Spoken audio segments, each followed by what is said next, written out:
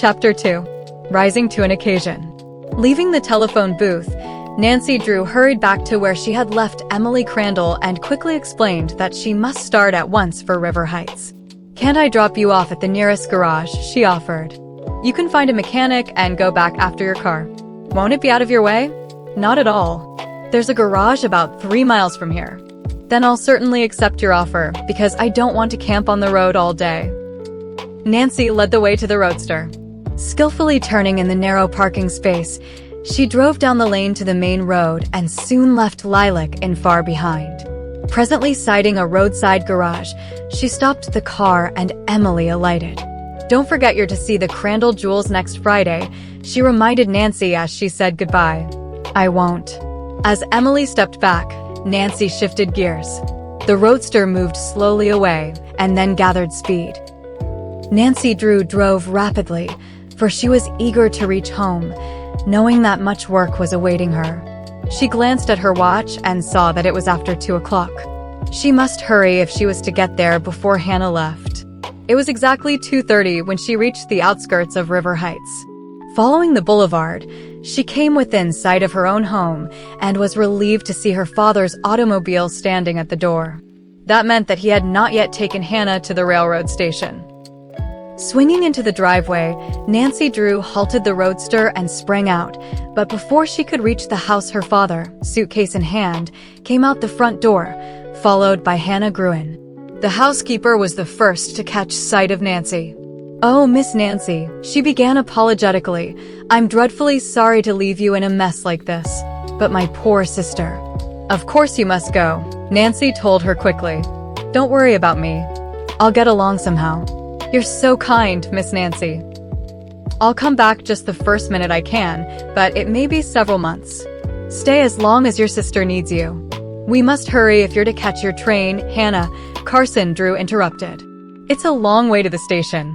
He rushed the housekeeper to the waiting automobile and started the motor. "Better get in touch with an employment agency right away," he called back to Nancy as the car moved away. Nancy watched the automobile until it was out of sight and then walked slowly toward the house. She knew that Hannah had indeed left her in a mess. Since the death of her mother many years before, Nancy Drew had managed the household.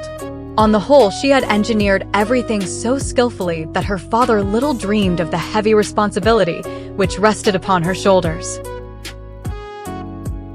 As a famous criminal and mystery case lawyer, Carson Drew found it necessary to maintain a certain social position, and accordingly Nancy was frequently called upon to entertain noted professional men. She had often been present when Carson Drew discussed important cases with detectives and police officials, and as a result had become interested in detective work herself. Her first fame came when she uncovered the secret of the old clock. Later, she solved the mystery of a troubled household, discovering a hidden staircase and having no end of creepy adventures in an underground passageway. Undaunted by this experience, she risked her life to help Laura Pendleton. Nancy's unusual adventures in this connection are recounted in the 3rd volume of the series, The Bungalow Mystery. Now, as Nancy Drew walked slowly toward the house, she was considering the problem which Hannah Gruen's departure had created. Her father confidently expected that by the time Judge Graham arrived for his weekend visit, the household would be moving as smoothly as before, but Nancy, who had tried many servants before she had secured Hannah, was beset with doubt. "I'll telephone the agency right away and see what they can do for me," she decided. Having looked up a number in the directory, she repeated it to an operator and after a brief wait was connected with the manager of the best employment agency in River Heights. She stated her wants briefly, trying not to appear too exacting. "We'll do the best we can for you, miss," came the not-too-comforting response. "But right now we have only one servant on hand, a colored woman." "Send her out this afternoon," Nancy ordered in despair. "I must have someone immediately." Replacing the telephone on the stand, she went to the kitchen to take stock of affairs there. As she had feared, everything was in confusion. In her haste, Hannah had not even ordered the groceries for the following day. Nancy set about putting things in order. While she was making out the grocery list, she heard her father's car on the drive.